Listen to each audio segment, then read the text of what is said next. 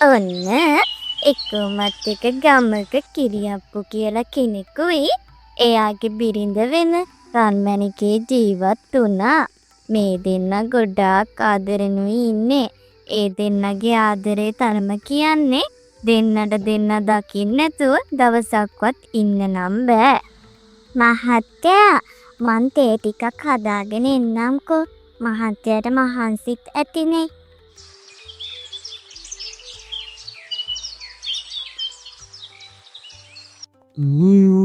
මැනිකගේ තේක නම් පංකාදු 5යි. මැනිකගේ තේකට ගහන්න ඉතින් මේ අහලගම් 7කවත් ඒකක් නෑනේ මැනිකේ. මං ඉතින් මොනව හැදුවත් මහත්තයාට රසයිනේ. මෙහෙම කතා කරමින් ඉතා ආදරෙන් මොවුන් දෙදෙනා කුස්සියට ගොස් රෑට කන්නට කෑම හදන ගමනුයි සිටියේ. ඉතින් මේ කිරියප්පුත් රන්මැණිකට උදව් කරන්න නම් අමතක කළේ නෑ.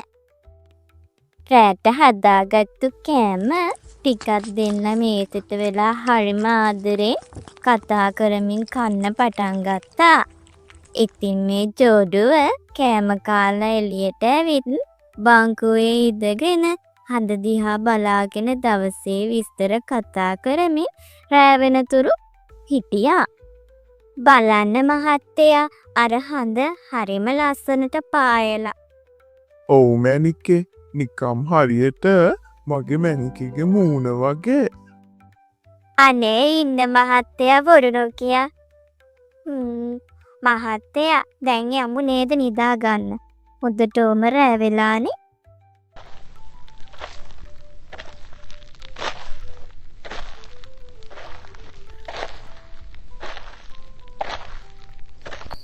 ඉතින් මේ දෙන්නා මෙහෙම කතා වෙවි ඉඳලා නිදා ගන්න ගියා.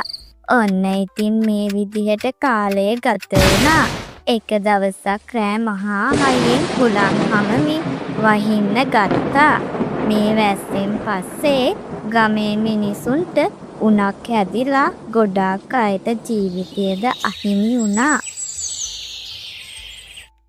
ඉතින් මේ වෛරස් උන නිසා ගමේ මිනිස්සුන්ට කර කියා ගන්න දෙයක් නැතිව ගොඩාක් අසරණ වෙලයි හිටියේ. අනේ මහත්තයා, අනේ මගේ මහත්තයා, අනේ මේ මොකද උනේ මහත්තයෝ.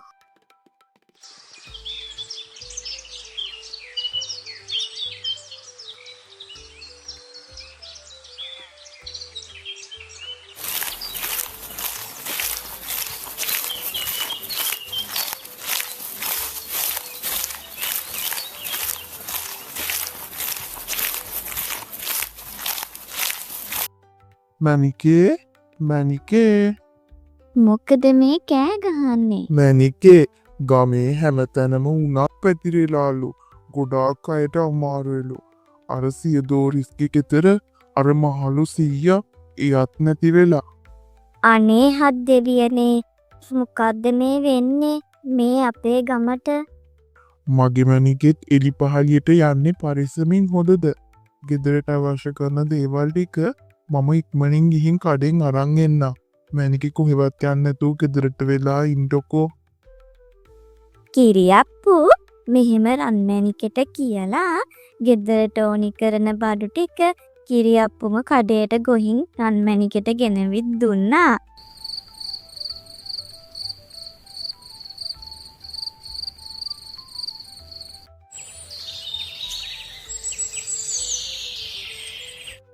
ඊට පහුවදා කිරියප්පු නැගිටලා බලන විට රන්මැණිකට හොඳටම උණ හැදිලා කෙදිරි ගාමෙනුයි හිටියේ.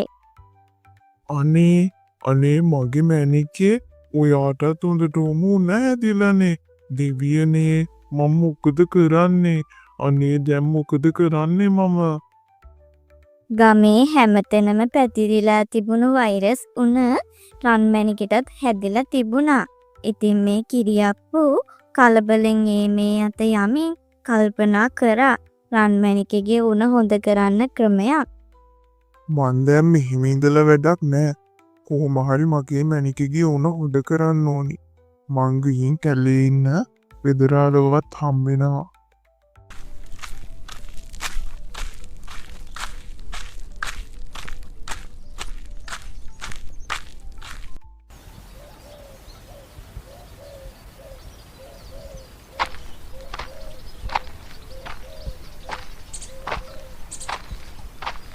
වෙදරාල අපේ ගමේ හැමෝටම වගේ වෛරස් උනක් හැදිලා මේ වෙනකොට ගොඩාක් අයට ගොඩාක් අමාරුයි. ගොඩාක් අය මිය යනවා. මගේ බිරිඳටත් මේ උන බෝ වෙලා. අනේ වෙදරාල මට මගේ බිරිඳවයි ගමේ මිනිස්සුමයි බේරගන්න උදව් කරන්න. ඉතින් මේ වෙදරාල තමන්ට ඇති බලයෙන් මේ සියල්ල දෙසම බලලා කිරියප්පුට මෙසේ කීවා. පුළුවන්මට ඔබේ ගම බේරලා දෙන්න. හැබැයි මට උදව්වක් කළ යුතුයි ඔබ. ඔබට අයිති ඉඩමක මට මිනිසුන්ට උදව් කිරීමට වෙදගෙදරක් හදා දෙන්න පුළුවන්ද? පුළුවන් වෙදරාල. මං ඒ අනිවාර්යෙන් කරලා දෙන්න. අපේ ගමෙත් වෙදගෙදරක් නෑ. අපේ ගමේ මිනිස්සුන්ට අසනීපයක් වුණාම බෙහෙත් ගන්නවත් තැනක් නෑ. මම ඒක අනිවාර්යෙන් හදලා දෙන්නම්. මගේ බිරිඳවයි ගමේ මිනිස්සුමයි හොද කරලා දෙන්න. හොඳයි. එහෙනම් ඉන්නකො පොඩ්ඩක්. ඕම් ගණපති ස්වා. මේ තෙල් බෝතලේ අරංගුවෙන් උණ හැඳුණු සෑම කෙනෙකුගේම ඔළුවේ ගාන්න. ටික ගාන්න. හිට වෙද්දි ඔක්කොටම අඩුවෙයි.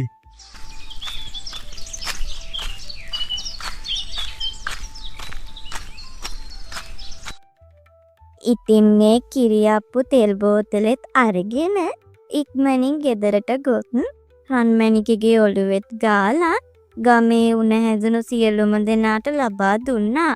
ඉතින් ඒ තෙල් ආලේප කිරීමෙන් පසුව රන්මැණිකට උණ අඩු වෙලා කලින් තත්ත්වයටපත් වුණා.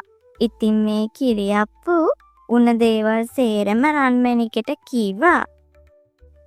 මහත්තයා ඔබ පොරොන්දු වුණ විදියටම අපි ඒ වෙදගෙදර හදලා වෙදතුරුතුමාට ලබා දෙමු. එතකොට අපේ ගමටත් වෙදගෙදරක් තියෙයිනේ. ඔව් හාමිනේ. ගමේ උන්දලත් එකතු කරගෙන ඉක්මනින් වෙදගෙදරක් හදන්න ඕනි. මං හිතුවේ අර ඉස්සරහ පැත්තේ ඉඩම් කෑල්ලේ වෙදගෙදරක් හදන්න. මං එහෙනම් ඒ වැඩ ටික අදම පටන් ගන්න ඕනි. ඉතින් මේ කිරියප්පු ගමේ අයට විස්තරේ කියලා ඔවුන් එකතු කරගෙන වෙදගෙදරක් ඉක්මනින් සාදා ඉවර කරා. ඉතින් මේ කැලේ ජීවත් වුණු වෙදරාලව ගමේ වෙදගෙදර එක් කරගෙන ඇවිත් කිරියප්පු වෙදගෙදර වෙදරාලට බාර දුන්නා. ඉතින් මේ කිරියප්පුගේ ආදරේ නිසා රන්මැණිකේවත් බේරගෙන ගමේ මිනිස්සුන්වත් බේරා ගැනීමට හැකි වුණා. අවසානයේ ගමේ හැමෝම කිරියප්පුට ගෞරව කරා. ඔහුගේ ආදරේ නිසාම ගමක්ම බේරුණා.